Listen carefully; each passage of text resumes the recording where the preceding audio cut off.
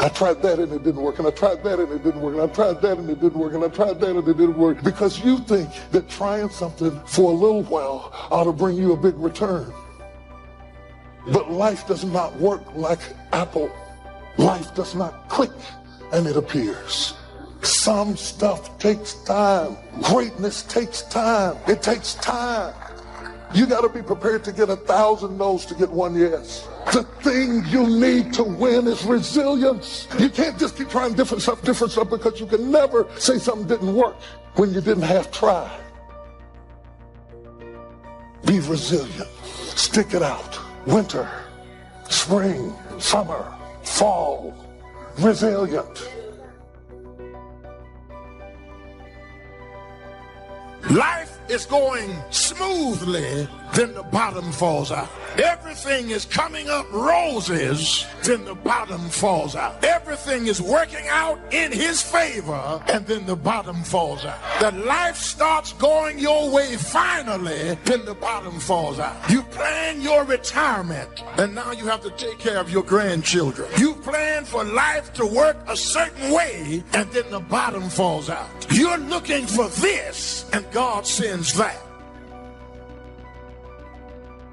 You have to be awfully immature to think that every day is going to be a good day. Some days are better than other days. And some days, if it ain't one thing, it's another.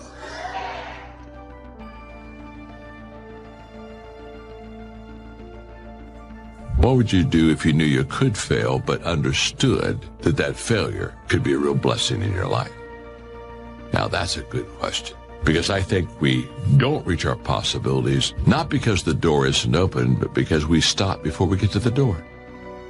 Every possibility is surrounded by obstacles and challenges. I've never had a possibility with a clear path that I had no opposition to and just ran up there and knocked on the door and everything opened and everything was good. That only happens in the movies, friends.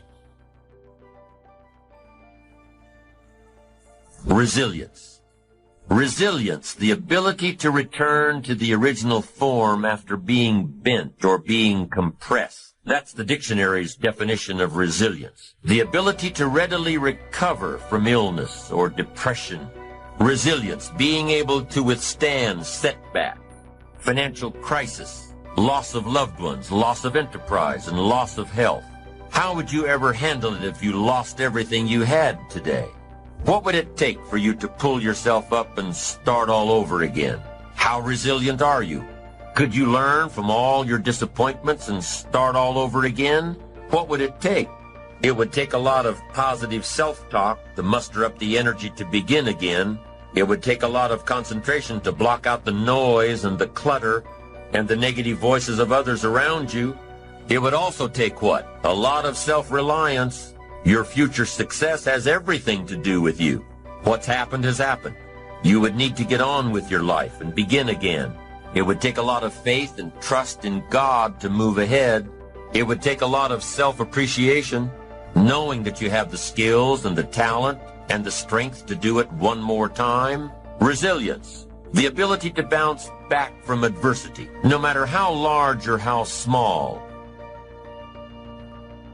Possibilities are always surrounded by challenges. You got to get through the challenges to get to the possibilities. But it's worth it. It's kind of like a Tootsie Roll. You got to get through the hard stuff so you can get to the good soft stuff. That's the way it is with life. That's the way it is with possibilities.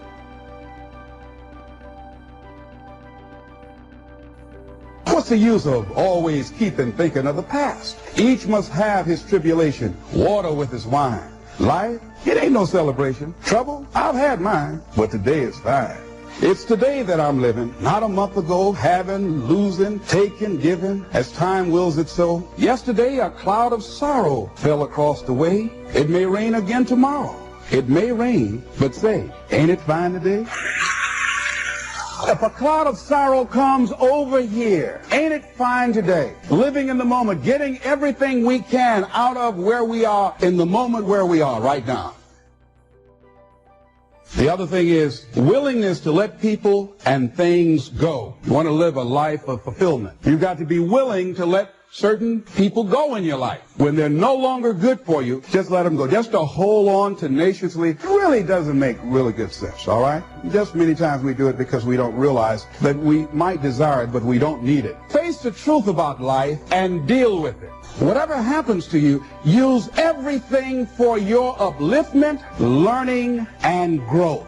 Everything that happens, use it for your upliftment. What can I get from this? How did I end up here? What's the blessing in this for me? Ask yourself that, whatever it is, and don't let it go until you get your blessing out of it, because there's a blessing there. There's something for you in everything that happens to you for you to learn from that experience. Look at it, examine it, analyze it until it reveals itself to you, and then get what you need from that and move on. It takes time to make changes in habit and discipline. Here's the ultimate challenge. You've got to have patience with yourself. It takes time to correct old errors in judgment. I'm telling you, it took me some time. I used to blame the government and blame taxes and blame the company. It took time to give that up and only blame myself. So have patience with yourself, number one. Number two is to keep doing it. Be persistent. As long as you are patient and persistent, it's hard to elude success. As long as you maintain patience and persistence, there's only one person, just one person, that will draw the line between success and failure. And that person is you. So be patient, be persistent. You need both patience and persistence together. And here's why. Lack of patience is probably the worst enemy of ambition. Impatience wants to give up. Impatience calls discouragement failure. But your ambition won't let you give up so easily, not if you're persistent. What others may call failure, ambition calls a learning opportunity. Ambition knows that the longer the achievement is in coming, the more valued it is.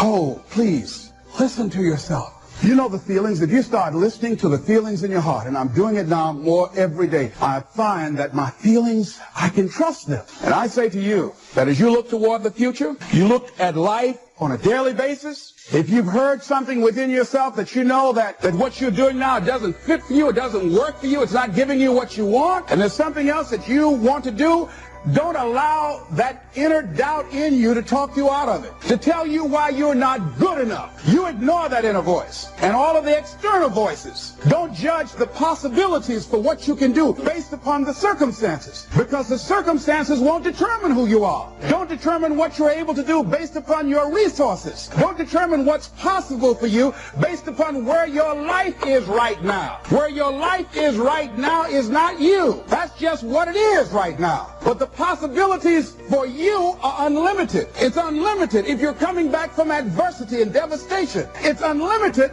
of what you can do. That's the capacity of human beings. It doesn't matter how many mistakes you've made. It doesn't matter how many flops you've had. It doesn't matter how much money you've lost. What you learn from life. Not losses, but investments of what's possible for you. And I say to you that once you start listening to yourself, and as you begin to act on your dream, you will start seeing things opening up for you. You'll start attracting people. You start brainstorming. Ideas will come out of nowhere as you focus on it. The key to it is to begin to focus, because as you focus on that which you want to do, that which we focus on, that which we give our energy to, it will begin to multiply. It will begin to expand. It will begin to develop your consciousness. And out of that comes your greatness. Out of that comes a commitment. Out of that comes a passion for life. Out of that comes a special power that you have in you. See, the powers that we have will never reveal themselves if we don't challenge them. Put yourself in a position where you can't retreat, where it's do or die, sink or swim. Here's what you'll find out. You'll develop incredible swimming skills. You'll find yourself stroking unlike you've ever seen before. Through the inspiration of desperation, you'll become more creative than ever before. All you can do is all you can do. And all you can do is enough. Make sure you do all you can do.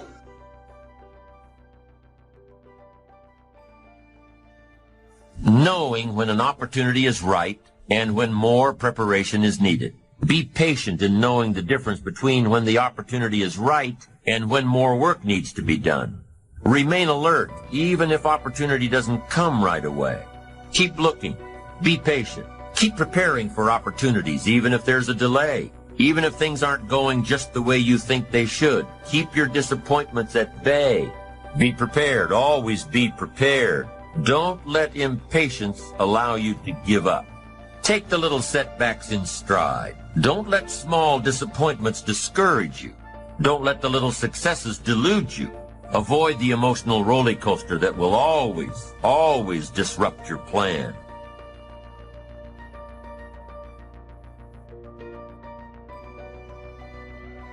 If you think ordinary's cool, ain't no problem. It's some really wonderful ordinary people. But if you are sitting in this room and you have extraordinary aspirations, then you're going to have to do extra. You put extra on top of ordinary and you come up with extraordinary.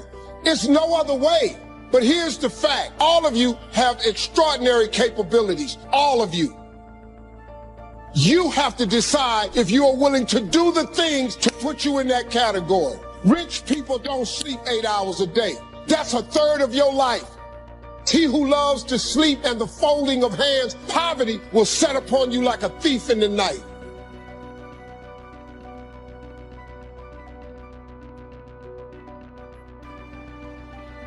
What do you do when you tried and failed and you want to quit and you want to give up?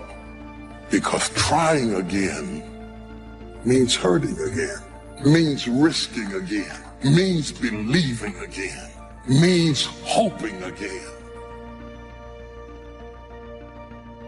Sometimes you can be blessed and be unhappy because even though things are going right, they're not going according to what you had believed and expected, and you know that something is missing out of your life. What do you do when something is missing out of your life and the things that replaced it do not compensate for what you lost? I've always been told how average I can be. Always been criticized about being average. But I want to tell you something. I stand here before you, not listening to those words, but telling myself every single day to shoot for the stars, to be the best that I can be. Good enough isn't good enough if it can be better, and better isn't good enough if it can be best.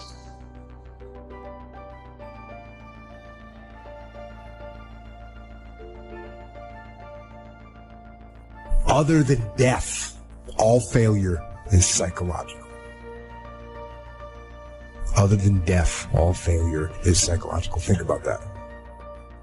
If you aren't dead, then it's just psychological. It does not mean that you won't lose some battles, because you will. We all will.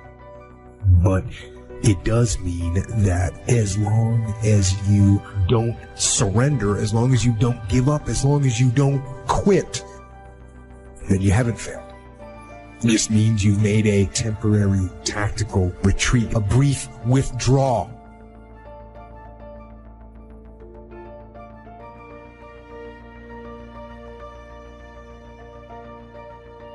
So that you can regroup and reattack. If you get beat, unless you're dead, you are not defeated. And you have not failed. What you've done is you've learned. You've gained experience. And you're still alive. So get up and go get after it. We all live in this bubble. What you got to do to get the life that God wants you to have, you got to put more air in your bubble. You got to blow your bubble up. Expand yourself. Take yourself out your comfort zone. Put some more air in your bubble. If you stay in your comfort zone, that's where you will fail.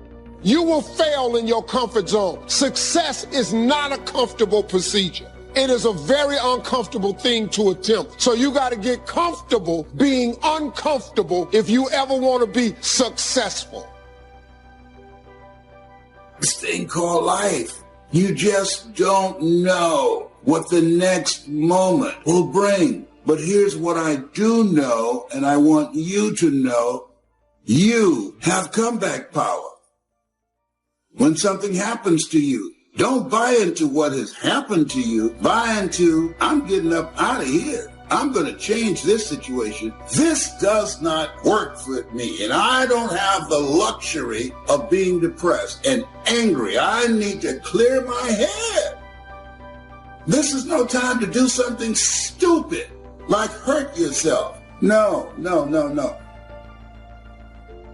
So get serious about your goals, business goals, financial independence goals, family goals. I mean, there's so many things to work on this. If you don't get busy and work on it, sure enough, the time will pass. And sure enough, 5 years from now, you'll wind up where you don't want to be, wearing what you don't want to wear, driving what you don't want to drive, eating what you don't want to be. Now's the time to pick. Your goals are affecting you, whatever they are. Your goals affect your attitude, personality. All day long, we're being affected by our goals. You got to clear your head so that the decision that you make represents the best in you. People who don't stop to clear their heads, they react. They don't respond. Be still and know that you're going to get through this. You're going to get through this. And you don't want to be radical. You don't want to be erratic. Just be still and know, I'm going to get through this. You got to assure yourself. You have to encourage yourself. You have to clear your mind. You can be anything you put your mind to. Y'all ain't listening to me. See, y'all think I'm some rich boy talking to y'all. I don't know what I'm talking about. Look at me. I come from the bottom. My father made $5 a day in the coal mine. He had 5 kids. I didn't flush a toilet till I was 5 years old. We didn't have running water. I had a well pump in my house. We didn't have no hot water. That's who you talking to. So when I'm telling you this, pay attention to me. I come from the bottom. I ain't no rich boy. I didn't get a car in my name till I was 38 years old. So quit looking at me like I'm up here some rich boy just talking to you some type of smack. I've been at every economic level there is. I've been homeless, I've been barely making, and I'm balling. What you talking to? My mama ain't had no money, I made it all. I sat in that car for 3 years and was talking to God, trying to figure it out. That's why I'm talking to. Slap your neighbor and say, you don't know what you got. You don't know what you've got until all hell breaks loose. You don't know what you can endure until people stab you in the back and walk away from you. You can't learn what's in you sitting back in a lazy boy chair hitting the remote control. But when all hell breaks loose, that's when you get to see what you got. I didn't get to see the design. I didn't get to see the architectural plans, but I know I'm made of some good stuff. I can tell by the burdens I bear and the stuff I endure. They said I was going to die, and I believed it. But through hell and high water, I'm still here. Slap somebody and say, I got something to do. That's why all hell is breaking loose in my life. I got something to do. That's why I keep going through storms and setbacks. I got something to do. That's why the devil keeps bringing up my past, because I got something to do. Oh, do you hear what I'm teaching this morning? We all have things that come against us in life. Sometimes it was no fault of our own. We were born into difficulties. We wonder, why am I having this opposition? Why was I raised in an unhealthy childhood? It's because there's something in you that the enemy's trying to stop. If the enemy wasn't threatened by you, he wouldn't be trying to hold you back. He knows you're destined to take new ground. So he's going to work overtime to try to stop you. When David was a teenager working out in the shepherd's fields, he didn't have a significant position. He didn't come from wealth and influence. Nothing about David that stood out. Why did his father leave him in the shepherd's fields when Samuel came to anoint one of the sons as the next king? Why did he disrespect David and look down on him like that? Why did his oldest brother belittle David? Why was he jealous? David wasn't intimidating, but the enemy can see things in you that you may not see in yourself. Even the enemy knew he was a giant killer. That's why he came against David so strongly. Many of the difficulties you faced, opposition that came out of nowhere, it's because there's a giant killer in you. You may not be able to see it yet, but even the enemy can see there's greatness in you. Those difficulties are a sign something amazing is in your future. There was a man that was possessed with evil spirits. No one could control him. They sent him to the other side of the Sea of Galilee, where he could live among the tombs, a deserted place. They tried to chain him up, but he was so strong, he would break the chains. He would wander through the tombs, cutting himself and screaming. This man didn't look like he had much of a chance. I can imagine some nights there were moments of sanity where he would look up and say, God, please help me. It looked like this was his destiny. People had given up on him, but God never gives up on us. Don't write your child off, your cousin off. May seem like they're too bad, too far off course. The enemy wouldn't be fighting them that hard if there wasn't something amazing on the inside of them. Jesus was in Galilee. When he finished that day, he told the disciples he wanted to cross to the other side of the lake where the man was. While they were on the boat, a huge storm arose. Looked like it was going to sink. Jesus stood up and spoke to the storm. Peace, be still. Suddenly the winds and waves stopped. Everything was perfectly calm. The next morning, Jesus was getting out of the boat when this deranged man came running up to him, fell on his knees, and started screaming. Instantly, the man was healed. The scripture says they saw the man sitting in his right mind. What's interesting is the huge storm that arose wasn't random. That was the enemy trying to stop Jesus from getting to the man. You would think the enemy would be satisfied. I mean, the man was possessed. He'll never do anything great. No, the enemy knew, despite all he had done, that this man still had greatness in him, that he still had a destiny to fulfill, dreams to accomplish. There is a fight for your future. But what I want you to see is it's not your battle. God is fighting for you. Don't worry. God controls the winds. The winds that are trying to stop you from your destiny, God is speaking to them right now. Things that look like they could never turn around. The storm seems darker than ever. Get ready. Favor is coming. Victory is coming. You're going to see God override what's trying to stop you. No giant too big for him to defeat. No fire too hot that he can't step in and bring you out. Some of these battles took place when you were a small child. The enemy knew way back then what you were called to be. He could see you were destined for greatness. So he has worked overtime trying to stop your destiny through things you had no control over. The enemy can't stop your life.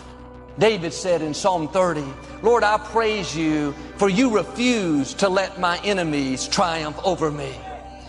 Why did that accident not harm you? God refused to let it harm you. Why did you beat the cancer? Why hasn't that addiction finished you off? The forces of darkness cannot stop what God has ordained for you. You may have had some bad breaks, but just the fact that you're still here is a sign God's favor is on your life. The enemy doesn't come against people that don't have anything. In one sense, you can take it as a compliment. Yes, I have big obstacles, but I know it's because I have a big destiny. But they could not finish me off. I'm still standing. Now do your part. Stay in faith. Don't go around complaining about what didn't work out. God is still working. He will make up for what was unfair. He will pay you back for the wrongs that were done. Paul said, 1 Corinthians, a wide door of opportunity is open to me, and there are many adversaries. Doesn't mean God has forgotten about you. It's because of the wide doors that are about to open. It's because of the favor that's in your future.